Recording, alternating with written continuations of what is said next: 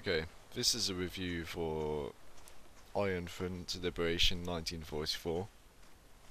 So let's get the bad stuff out the way to begin with. Obviously this runs on the ARMA II engine, therefore it's very similar to the ARMA series, and therefore it inherits the bugs of the ARMA engine. For example, some of the movements feel pretty blocky, especially going through houses, getting through doorways and trying to peek around corners. I tested it and it's not as bad, but it's still there. And then of course there's the aspect of being very familiar with the ARMA II interface, and this is identical really. It's had a facelift, but it's identical, and that obviously brings up the point of why isn't this a mod? ARMA 2 has a huge modding scene, like all the mods in ARMA enhance the game massively. That's why everyone plays it, really.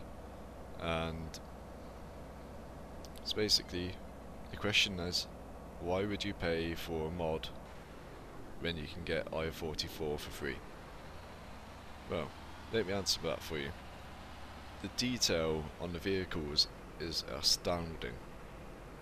I mean, people have put a lot of love into this game and it shows. I mean, look at this vehicle, I never even knew this thing existed. It's just, and with the shadows and everything, it just looks brilliant. You can't fault it.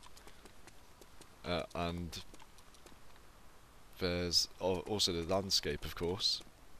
Like, the landscape appears much higher textures than most mod maps, and even better looking than Chernarus, which is the main map in ARMA 2. Onto the maps section, there are actually 4 different maps in this game. There's 2 huge maps, both the size of Chernarus. They're both based in Poland. And there's 2 smaller maps based in Ukraine. So there's quite a lot of variety there. As you can see, all the buildings in the town, they're all editable in some way or the other, and they're different as well. They're not just clones of the existing ARMA 2 maps, which is nice, and it brings the game its own individuality. I mean, just look at the detail on that vehicle. I mean, that really does it for me. I can see why you have to pay for this game, because the detail has clearly spent so much of someone's time. And here's me testing out the interior walking. You can't really tell whether it's any good there. The doorways are pretty big, but as ARMA 2 engine goes, movement is pretty clunky when it comes to tight spaces. But then again, this game has a huge landscape, and most of the time you'll be out in the open, fighting with iron sights. Now of course the planes in this also play a big role.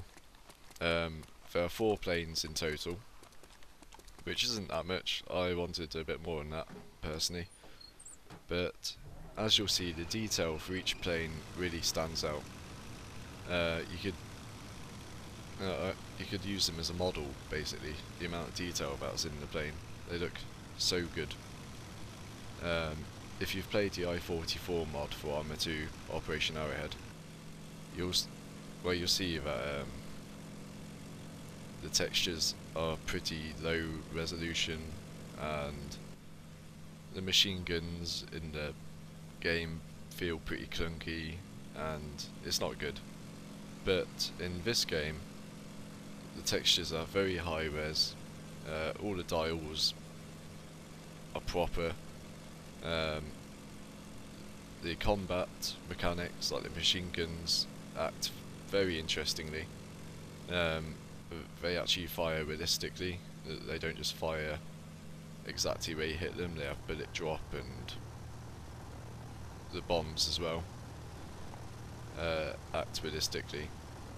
One thing I will mention is that bomb mechanics and the way things explode is identical to ARMA II.